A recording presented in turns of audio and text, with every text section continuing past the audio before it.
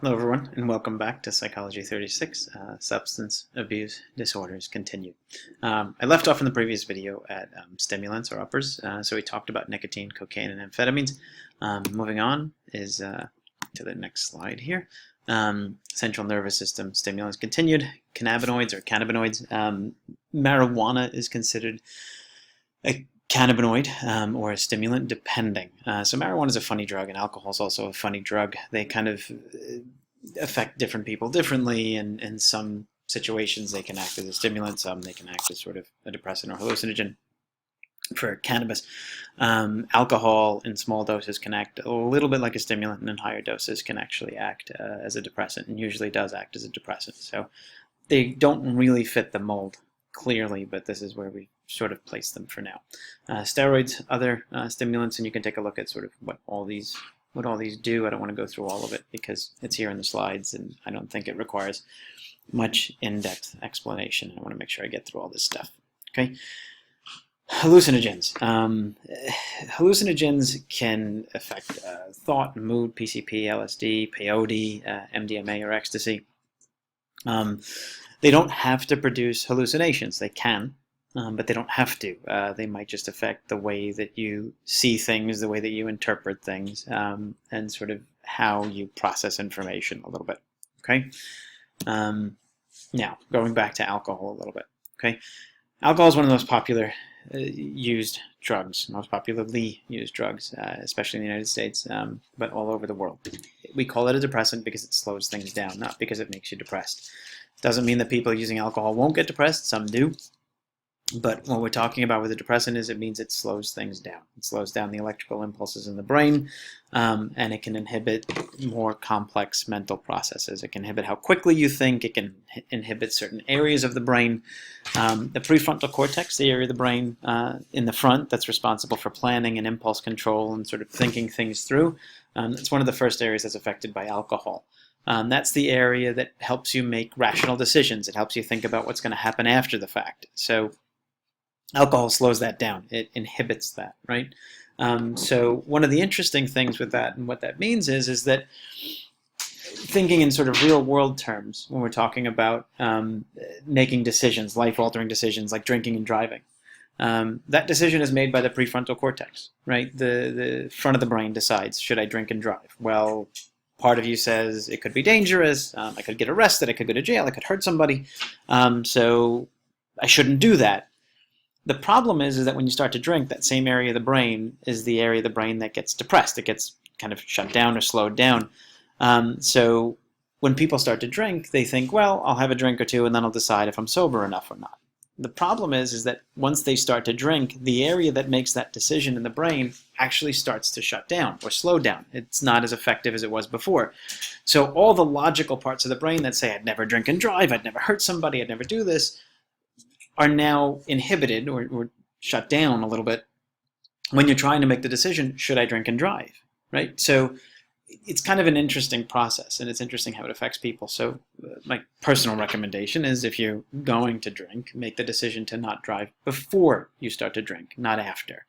Because if you're trying to make the decision after, you're kind of working with, not your whole brain, only part of it. Okay? And when you're drinking, everything seems clear and logical, but you don't realize that part of your brain isn't working at that point or working as well as it could. All right. Now, diagnostic criteria for alcohol use disorder. All right. Alcohol will be consumed in larger amounts than intended. 1 drink an hour, or usually less. That's typically what's recommended for alcohol, depending on the amount of alcohol in the drink, etc. But alcohol's not designed to be used to get drunk. Once you're getting drunk, then that's more than normal. Okay, larger amounts than intended. Persistent desire and unsuccessful efforts to cut down on alcohol use, and lots of time spent in pursuit of or obtaining alcohol or recovering from the effects. Okay. Cravings, continued use despite interpersonal problems, important social, occupational, recreational activities are given up because of alcohol. Again, all pretty straightforward. All right, recurrent alcohol use in situations where it's physically hazardous, drunk driving, operating heavy machinery, like it always says on the bottle, things like that. Okay. Now, Let's keep going. A couple of things to think about when we talk about diagnosis for alcohol use disorder, and this applies to almost all substances of abuse. The concepts of tolerance and withdrawal. Okay, I said it earlier in the first video. Whenever you use a drug or alcohol, right? Whenever you use a drug, your body tends to get used to having that drug. Okay, meaning that your body compensates for having it in your system. So, in essence, since you get used to it, you need more and more of that drug to feel the same effects, right? With certain drugs, this is a little bit different. Alcohol actually works a little bit differently than this, but for the most part, most of the drugs are like this. All right, so you need more and more of the drug to feel the same effects. Okay, that's called tolerance. You begin to tolerate the drug better. I shouldn't say better, but just you begin to tolerate the drug more. Withdrawal is what happens to you when the drug is leaving your system. Okay, so withdrawal is always the opposite of the effects of the drug. So drugs that give you energy, cocaine, it's a stimulant, right? It increases your heart rate, increases your breathing, increases how fast you think, how fast you process information. If you're withdrawing from cocaine, you feel the opposite effects, right? Your breathing slows down, your heart rate slows down, your brain doesn't function as quickly, right? Everything slows down. So withdrawal is when you feel the opposite effects of having the drug in your system. People that become addicted to drugs, right, or dependent on drugs, depend on the drug to feel normal. And so when they don't have the drug in their system, they go through withdrawals. When they're taking the drug into their system, they need more and more of the drug to feel the same way, and that's tolerance. So tolerance and withdrawal are both sort of keys to addictions. Now, I said something about alcohol before, where alcohol works a little bit differently. There's sort of a myth about alcohol. Alcohol, everybody says it leaves your system in about an hour, 1 drink per hour. Technically, the intoxicant effects of alcohol, feeling drunk or feeling high, typically works at about 1 drink an hour. But alcohol doesn't fully get processed out by the body for about 6 months. So people have this sort of misunderstanding where, if they drink one night and they start to get drunk on 4 or 5 drinks, and then they drink 1 or 2 nights later and they get drunk on 1 or 2 drinks, they're like, well, my body's getting more sensitized to alcohol. That's actually not the case. It's just the fact that your body is still processing out the alcohol that you've had, in the recent past. It takes a long time for alcohol to leave your system, a very long time, a lot longer than people think. You won't be drunk from it 3 or 4 days after you've had alcohol, but your body and your liver and everything else is still processing it out of your system, so it takes a lot of time. Okay, now, let's see here. Withdrawal from alcohol. There are 2 categories of drugs that withdrawal can be dangerous. With all drugs, if you're addicted enough, it could theoretically be dangerous, but there's 2 that are especially dangerous. Alcohol and benzodiazepines. We didn't talk about benzos yet, but we'll talk about that in a few minutes. Withdrawal from alcohol and or benzos can be dangerous. Ultimately, they can cause seizures.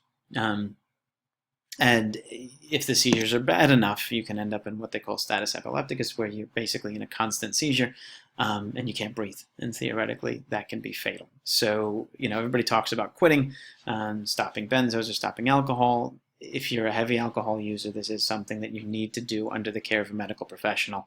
And even then, there are times where if somebody is so addicted that the withdrawal can still be fatal. So it's definitely something to talk to your doctor about, or if you know somebody who's drinking, just pouring out all the alcohol in their house and keeping them away from it, although your intentions are good, could be dangerous. So it's something to be mindful of. All right. Now, there's something here about the controversy and benefits of coma withdrawal. So there's a new thing that they've been doing probably for about the past 10 or 15 years, where one of the reasons people don't stop using drugs or alcohol is because withdrawal effects can be very unpleasant. They can hurt, they can make you very sick.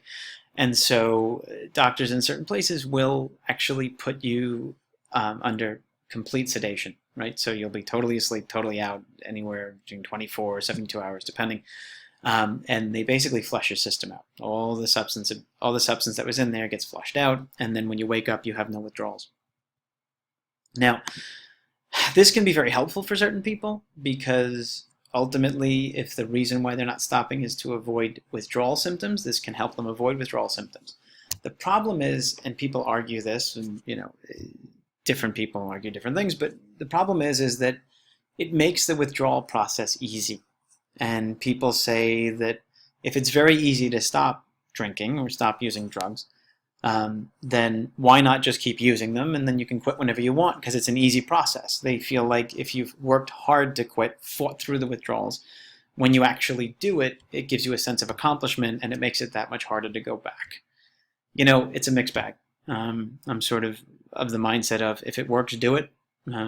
So in essence, if, you know, quitting the regular way, going through the withdrawals works, then do that. If quitting through, you know, the sedation or the coma withdrawal, if that works and that keeps you off of it, then do that. You know, it's not about carte blanche. Different people have success with different methods. Okay. Now, alcohol is a huge part of our culture. You can sort of take a look at this slide and go through it. I'm not going to go through point by point. It's pretty straightforward. Now, one thing to think about.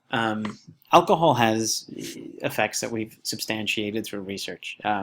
But certain people feel like alcohol has other effects that may or may not actually be happening with the alcohol. Okay, and these are some of what we call the placebo effects, the effects that we haven't demonstrated physiologically or through research, but the effects that people sort of report to having when they have alcohol. Okay, now, real effects of alcohol: increased aggression. Part of the increase in aggression comes from that reduction of the activity in the prefrontal cortex, a thing that says, you know, don't hit that person because you could go to jail or you could hurt that person, right? We all get angry. We all feel like we want to hit people every now and again.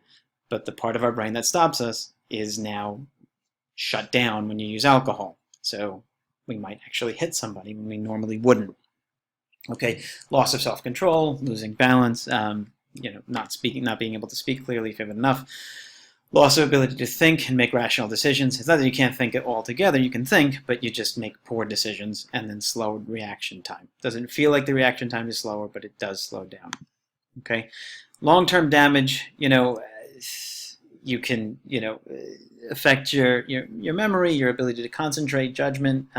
Again, you can have sort of depressive symptoms. That's secondary. It's not because of the alcohol. It's usually because of any type of brain damage, things like that. Some people can actually develop impotence. And in very, very long-term use of high levels of alcohol, you can actually develop what they call Wernicke-Korsakoff syndrome, where you basically lose all short-term memory, or, well, long-term memory. You can't transition information from short-term to long-term memory. And ultimately, you can't learn anything new. You know everything you knew from the past, but you can't learn anything new. And it ruins your life. You can't function. You need constant 24/7 care. You could be walking to the store and sort of forget where you were going, or forget how to get to the store, forget why you were going there. And if you're living in a new place, you could sort of forget how to get home. It's sort of a terrible disease that can happen through long-term and excessive use of alcohol. Okay. Now, other things. Aggressive and violent conflicts with family. Again, I'm not going to go through all of this stuff. It's pretty straightforward. Different types of alcoholism, type 1 and type 2. They're all here. Pretty straightforward. I'm not going to go through all that stuff. One of the things to know about alcohol is that we know that there's a strong genetic component for alcohol. Family members of people who have used alcohol or have become dependent on alcohol are much, much more likely to develop alcoholism. Okay, the statistics are here. You can take a look at that. Again, cultural influences. You can take a look at that also. Now, switching gears. Marijuana. All right, marijuana is extremely popular nowadays for use in medical conditions, for use of recreational purposes, etc. Marijuana is extremely popular, and the research on marijuana nowadays is burgeoning. There are constantly research studies being done, and we're getting new information, and it continues to evolve. So the effects of marijuana, the benefits and drawbacks, is very fluid. We're not really sure what it's going to look like in a couple of days or a couple of years. One of the issues with marijuana use in the past, or the effects of marijuana in the past, was that it was very difficult to get access to it, and only certain places actually did have access to marijuana to do research on it. Nowadays, it's a lot more available, and a lot more labs are authorized to do research on marijuana. And so with that, we're getting a lot more information. Okay, so the information here is sort of the most updated that we have, which is substantiated by research, but it's continuing to evolve. Okay, all right, again, we're running out of time, so I'll stop there, and I will have to make one more video on substance abuse. So I'll be back.